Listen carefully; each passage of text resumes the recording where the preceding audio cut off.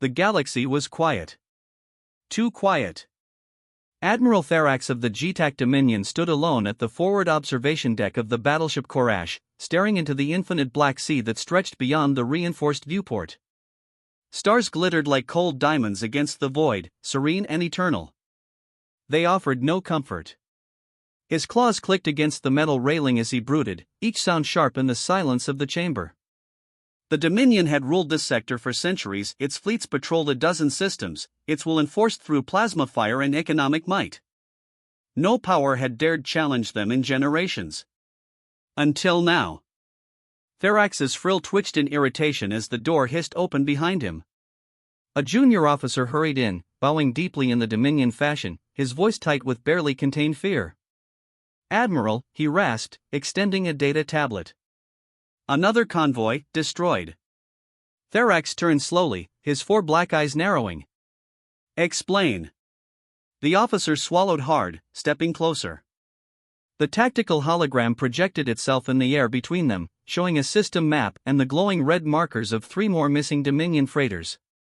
Therax's mandibles tightened. "No survivors?" "None, Admiral. We recovered only fragments. Hull plating, scattered debris. No distress signal was transmitted." Therax studied the hologram. Each destroyed convoy represented hundreds of thousands of tons of military equipment, fuel, and supplies, and more importantly, a stain on the Dominion's pride. What of the attackers? The officer hesitated, and Therax felt the first prickling sensation of unease crawl down his carapace. "Well, we analyzed the fragments carefully," the officer said, his voice low. "No plasma scoring. No energy residue of any kind. No sign of antimatter or missile warheads. The damage was clean. Direct." "Direct?" Therax hissed, stepping closer. "Yes, Admiral. Hypervelocity impacts. Kinetic strikes traveling at significant fractions of light speed. Our hulls were pierced clean through before the crews even raised shields." For a moment, the command deck was utterly silent except for the low hum of the ship's reactors. Therax's claws dug into the railing, scraping long grooves into the alloy. "Slugs?" "Yes, Admiral."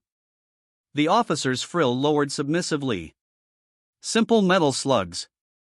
Fired by what appears to be magnetic mass drivers."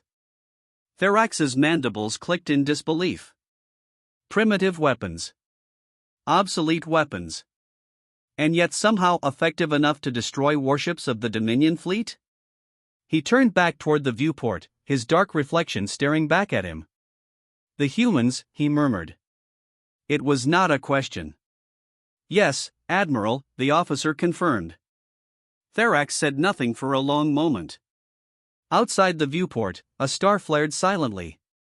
Half a galaxy away, humanity was preparing for war. The Luna shipyard hung in orbit like a shining metal halo, a masterpiece of engineering circling Earth's pale gray moon. Beneath it floated the pride of the United Terran Defense Fleet, the USSS Gettysburg. Its dark hull stretched nearly 2 kilometers from bow to stern, bristling with turrets, antennae, and the long, unmistakable barrels of its spinal-mounted railguns. Inside the Gettysburg's command center, Captain Daniel Mercer stood at the wide, reinforced viewport with his hands clasped behind his back. He was a tall man with broad shoulders and the calm intensity of someone who had seen combat before most of his crew were even out of training academies. The faint lines at the corners of his steel-gray eyes spoke of experience and patience worn thin. Beside him, Commander Jessica Hale, his executive officer, was scrolling through status reports on her wrist console. Her short-cropped auburn hair caught the sterile glow of the overhead lights as she glanced up. "Admiral Stanton's latest transmission came through," she said. "The Dominion still thinks we're bluffing. They're calling our warnings posturing." Mercer's lips curved in the barest shadow of a grin. "Let them. They've spent centuries fighting each other with plasma cannons and fusion torpedoes. They think because we're human, we're quaint." Hale arched an eyebrow. "Quaint. Right." She looked past him, through the viewport, to where the Gettysburg's railguns gleamed faintly in the sunlight. They were brutal things, functional, industrial, more like planetary construction cranes than elegant weapons of war. "Do you ever think they have any idea what those guns can actually do?" Hale asked quietly. Mercer didn't look away from the stars. "They will." When the first real engagement came 3 weeks later, no one in the Dominion was ready. The humans had been patient, but they had drawn their line, the colony at Kepler 88. When Dominion forces attempted to blockade the system and demand surrender, the humans responded not with words, not with negotiations, but with action. Therax's fleet was stationed there personally, expecting a token skirmish, perhaps a single squadron of human frigates.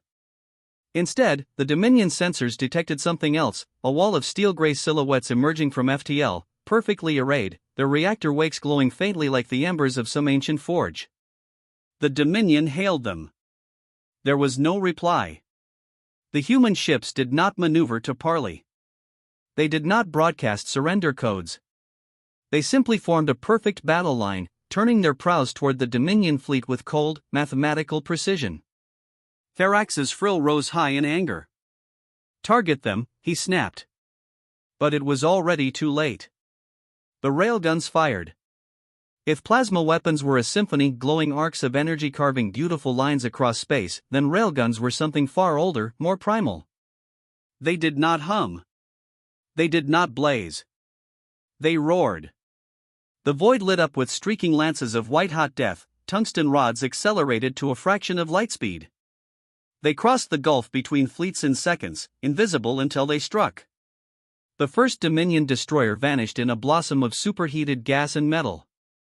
Its reactor went critical as the slug punched through its core, splitting the ship into 2 spinning halves. Another slug speared straight through a cruiser, entering through the forward shield dome and exiting the aft hull without slowing, leaving a gaping, molten hole that vented atmosphere and bodies into space. Therax watched, paralyzed, as ship after ship winked out on the tactical display. Shields were useless, they flared once, twice, then collapsed under the sheer kinetic force. In less than 90 seconds, half the Dominion fleet was gone. The survivors broke formation, panicked, scrambling to jump away. The human ships never gave chase. They simply held position, silent and motionless, their guns cooling in the void. The message was clear. This was not a skirmish. This was war. The galaxy didn't just notice. It panicked. The Kepler 88 battle was over in 90 seconds, but its shockwaves rippled through interstellar space for months. News feeds blared grainy footage of Dominion destroyers splitting apart, their hulks tumbling end over end. Black box recordings from fleeing merchant ships were analyzed frame by frame. And across 1,000 worlds, every major government began asking the same question. How had the humans done it? In the Dominion Senate, the tension was palpable. The chamber was a towering cathedral of steel and light, its domed ceiling alive with holographic star maps. Senators hissed and clicked in their native tongues, their frills and antennae fluttering in agitation. "Another fleet gone," one counselor spat, his voice a rasp of barely suppressed fury. "We sent 10 destroyers, 2 cruisers, gone in minutes." "They are using weapons outside all galactic norms," another shouted. "This cannot stand. The humans are destabilizing centuries of military balance." But the intelligence minister, a tall, stooped figure with pale scales, raised one clawed hand for silence. "What they are using," he said coldly, "is something we discarded generations ago. Kinetics. Mass drivers.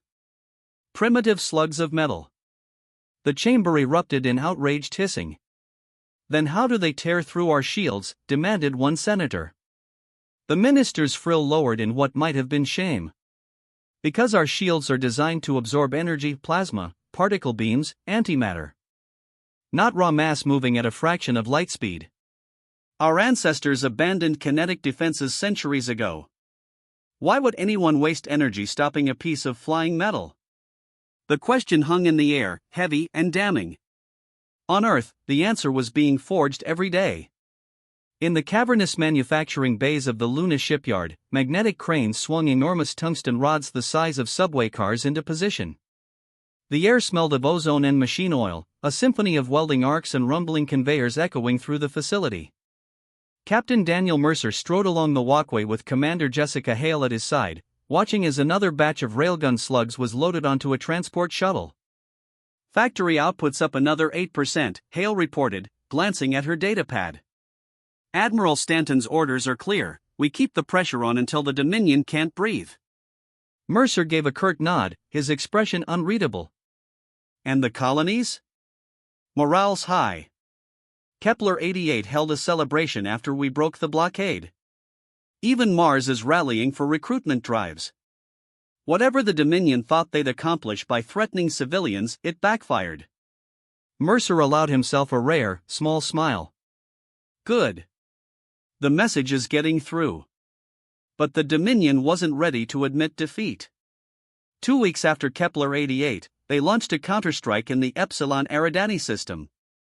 A heavily escorted logistics fleet, supported by cruisers and a carrier, was sent to teach the humans their place. The Gettysburg was waiting. The battle didn't begin with fanfare. There were no speeches, no ultimatums. The Dominion ships translated into real space in tight formation, sensors sweeping. Then, without warning, the void lit up. The Gettysburg's spinal railgun fired first. The slug was invisible to the naked eye, a half-ton of tungsten accelerated to a fraction of lightspeed. The Dominion carrier didn't even register the incoming strike until its forward hull blossomed into a silent flower of molten metal, the projectile punching through 6 decks before tearing out the aft engine block. Inside the Gettysburg's command center, the air thrummed with power as another volley loaded. "Target Bravo 7. Fire when ready," Mercer said, his voice calm, controlled. "Firing," Hale confirmed. Another flash. Another Dominion cruiser split open like an overripe fruit. The Dominion tried to respond, launching waves of plasma torpedoes. The Gettysburg's point defense network went live, spitting out clouds of tungsten flechettes that shredded the incoming fire before it reached the fleet. "Enemy formation breaking apart," Hale reported, eyes locked on the tactical hologram. "They're scattering." "Hold position," Mercer said. His voice was quiet, but the crew obeyed instantly. "Let them run." Across the galaxy, the footage was played on repeat. Analysts dissected every second. And the conclusion was inescapable: the Dominion was losing. Not just losing battles, losing the war. In the Dominion War Council, panic gave way to desperation. "This is unsustainable," a senator cried, his frill vibrating with rage. "Our fleets cannot intercept projectiles at these speeds. Our shields are useless. Our crews panic before the first volley even lands." "Then build your own," another shouted. "Reverse engineer their technology. Strike them back." But the intelligence minister shook his head. "It is not technology alone. It is doctrine. It is industry. The humans have built an entire war machine around this principle. They have factories capable of turning out railgun slugs by the millions. Entire moons converted into forges. Even if we began today, we would be decades behind." A heavy silence fell over the council. For the first time in living memory, the Dominion faced an enemy they could not intimidate. Mercer stood alone at the Gettysburg's forward viewport hours later, hands clasped behind his back. The battle was over. Wreckage drifted lazily past, chunks of glowing debris reflecting the distant light of Epsilon Eridani's star. Hale approached quietly. "Another clean sweep," she said. "No losses on our side." Dominion pulled back what was left of their fleet. Mercer's jaw tightened. "And the civilians?" "Safe.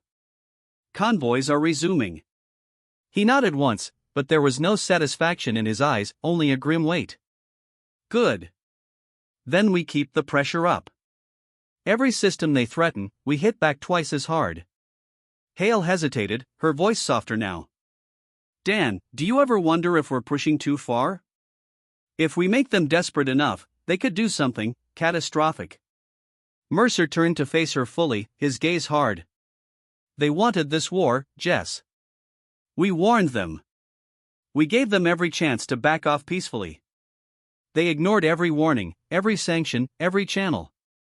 This, he gestured toward the burning debris field outside, is the consequence. And far away, in shadowed council chambers and broadcast halls across the galaxy, alien powers whispered nervously among themselves. The humans were no longer a curiosity.